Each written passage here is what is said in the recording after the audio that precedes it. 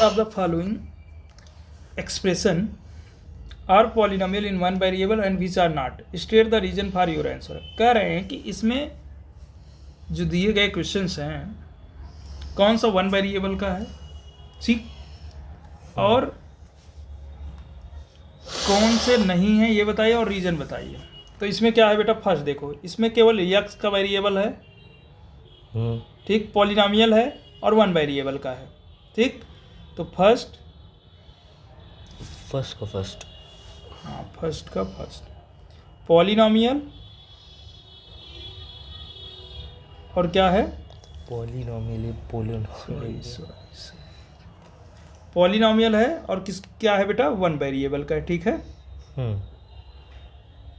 मतलब मोनोमियल। हाँ, तो मोनोमियल नहीं बोल सकते, मोनोमियल में केवल एक रहता है। वन वेरिएबल की बात की, वेरिएबल देखो ये वेरिएबल होते हैं, तो ये क्या है, केवल वन वेरिएबल का है। डन, समझ में आ रहा है कि नहीं कि हम क्या कहना चाहते हैं। हाँ, ये वन वेरिएबल का है।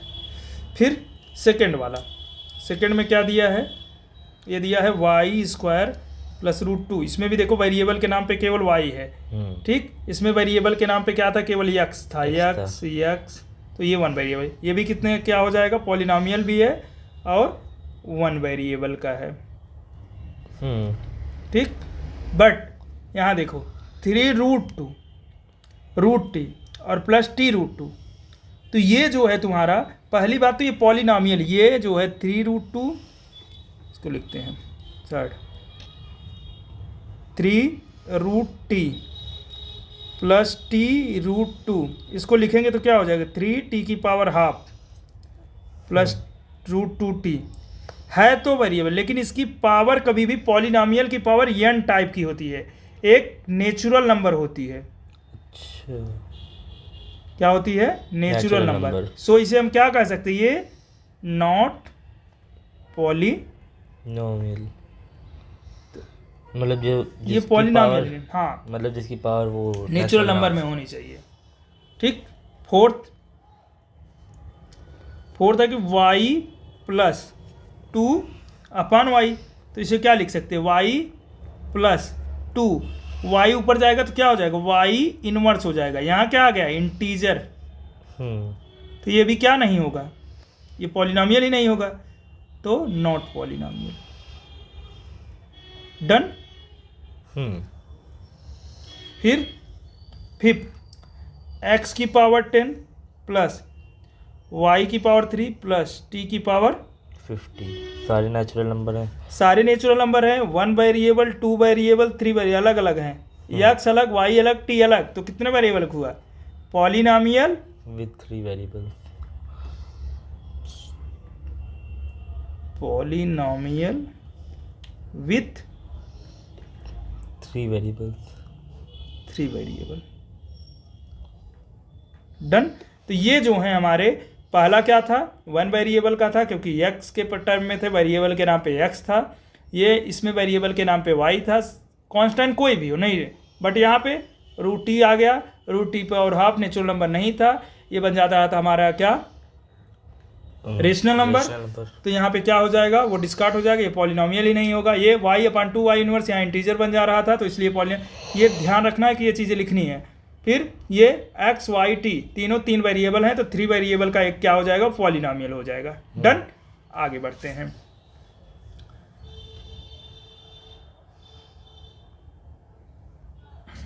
अब कह रहे right the coefficient of x² each of the following. Term होता है और कोफिशिएंट होता है। मान लो अगर टर्म देखा जाए तो टर्म क्या होगा, पहला टर्म ये हो जाएगा 2, ये और ये 3 टर्म इसके बन रहे हैं। अगर देखा टर्म लिखा जाएगा 2 हो जाएगा, x² हो जाएगा और ये क्या हो जाएगा, x हो जाएगा। टर्म की बात की जाती है सेकंड के फर्स्ट में, 2 + x² + x। अब अगर टर्म कोई पूछता है टर्म कितने होंगे, तो टर्म कितने हो जाएंगे इसके, एक तो बनेगा या 2 बन जाएगा कांस्टेंट टर्म, दूसरा क्या बन जाएगा, x² बन जाएगा, तीसरा क्या बनेगा बेटा यहाँ से, ये वाला x बन जाएगा। कोफिशिएंट कितने कितने हैं, x² का भी तो कर सकते हैं, x और x, केवल ये x², हाँ, यहाँ x, इसका कोफिशिएंट ये वेरिएबल है, वेरिएबल का सामने का क्या होता है, कोफिशिएंट, कुछ नहीं है तो 1, इसका कोफिशिएंट कितना है, 1। तो हमें पूछा है किसका, कोफिशिएंट, क्या coefficient of X square equal to कितना हो जाएगा 1 हो जाएगा। डन। तो यहाँ से जो कोफिशिएंट था यहाँ पे कुछ नहीं है तो यहाँ 1, तो इसका जो हो जाएगा वो हो जाएगा कोफिशिएंट 1। सेकंड वाले में देखते हैं। -1। हाँ सेकंड वाले में 2 minus x square plus x cube, अगर आ रहा है तो डायरेक्ट, नहीं तो कोफिशिएंट कर लो। कोफिशिएंट इसके कितने हो जाएंगे, फिर 3 होंगे। पहला 2, दूसरा माइनस एक्स स्क्वायर, तीसरा एक्स क्यूब। इसका देखो कितना बन रहा है, इसको -1 into x square. Minus x square को क्या लिख सकते हैं, -1 इंटू एक्स स्क्वायर। तो इसका क्या हो जाएगा हमारा, सॉरी ये टर्म होगा, गलत लिख दिए। देखो यहाँ पे क्या होगा भैया, टर्म होगा, ये हमारी टर्म है। अब हमें क्या चाहिए, कोफिशिएंट चाहिए। तो कोफिशिएंट इसका कितना हो जाएगा एक्स स्क्वायर का, वो हो जाएगा हमारा -1। डन। फिर बात आती है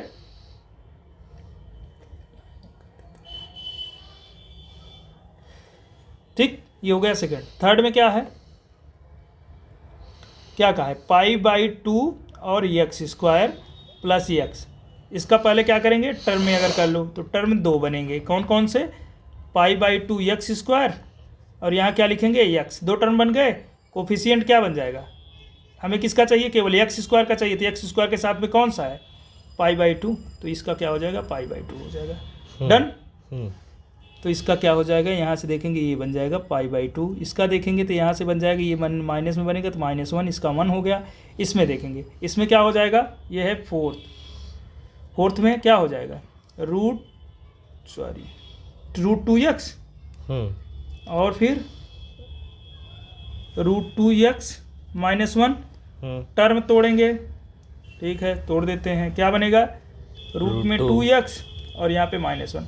सर हमें क्या चाहिए, एक्स स्क्वायर का, तो +0 एक्स स्क्वायर लिख सकते हैं, नहीं लिख सकते हैं, कुछ नहीं है। तो एक और तोड़ लो तो ये हो जाएगा 0 एक्स स्क्वायर। बट हमें इन सब से कोई मतलब ही नहीं है, हमें मतलब है केवल इससे। कोफिशिएंट ऑफ एक्स स्क्वायर कितना हो जाएगा, 0 हो जाएगा 0। यही हमारा क्या हो जाएगा, इसका आंसर हो जाएगा। ठीक, इसका कोफिशिएंट π/2, तो इसको हम यहाँ पे ही बढ़ा के क्या लिख सकते हैं, +0 एक्स स्क्वायर। तो इसका कोफिशिएंट क्या हो जाएगा, यही हो जाएगा, इसका कोफिशिएंट हो जाएगी। ये क्या है, इसका कोफिशिएंट है। डन। ये क्या है, इसका coefficient. Done. Give one example is of the binomial of degree 35 and the monomial of the degree 100। कोई एक एग्जांपल लिख देना, बायनोमियल हो, ठीक है, जो कि कितने डिग्री का हो, 35। बायनोमियल जिसमें केवल 2 टर्म होते हैं। ठीक, ठीक है। तो बायनोमियल यहाँ से होगा,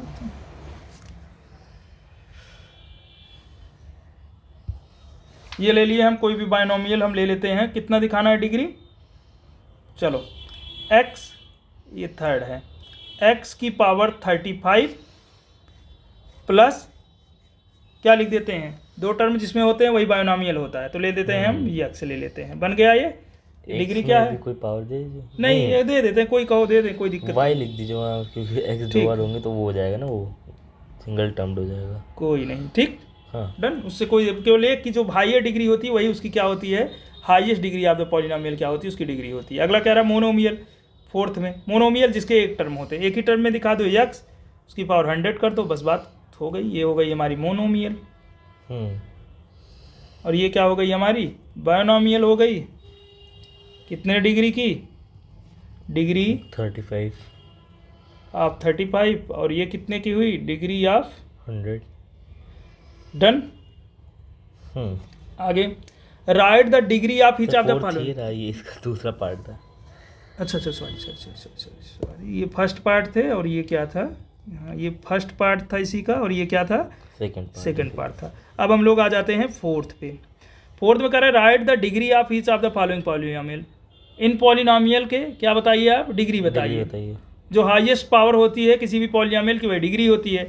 इसकी हाईएस्ट पावर फर्स्ट की कितनी है, 3 है, इससे बड़ा कोई नहीं है।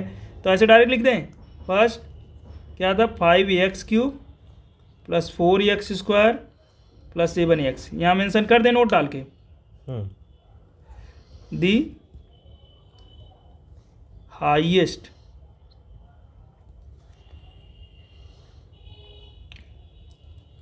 Power is the degree of the polynomial. Of polynomial is its degree. Done. तो इसकी कितनी हो जाएगी, इसकी हो जाएगी फर्स्ट वाले की यहाँ पे आके ये हो जाएगी 3 हो जाएगी। डन।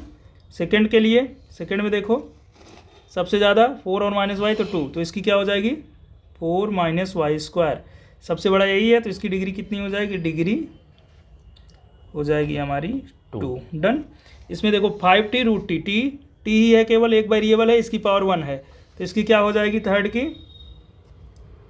5t माइनस 1, इसकी डिग्री अगर देखेंगे डिग्री कितनी हो जाएगी भैया, डिग्री हो जाएगी 1।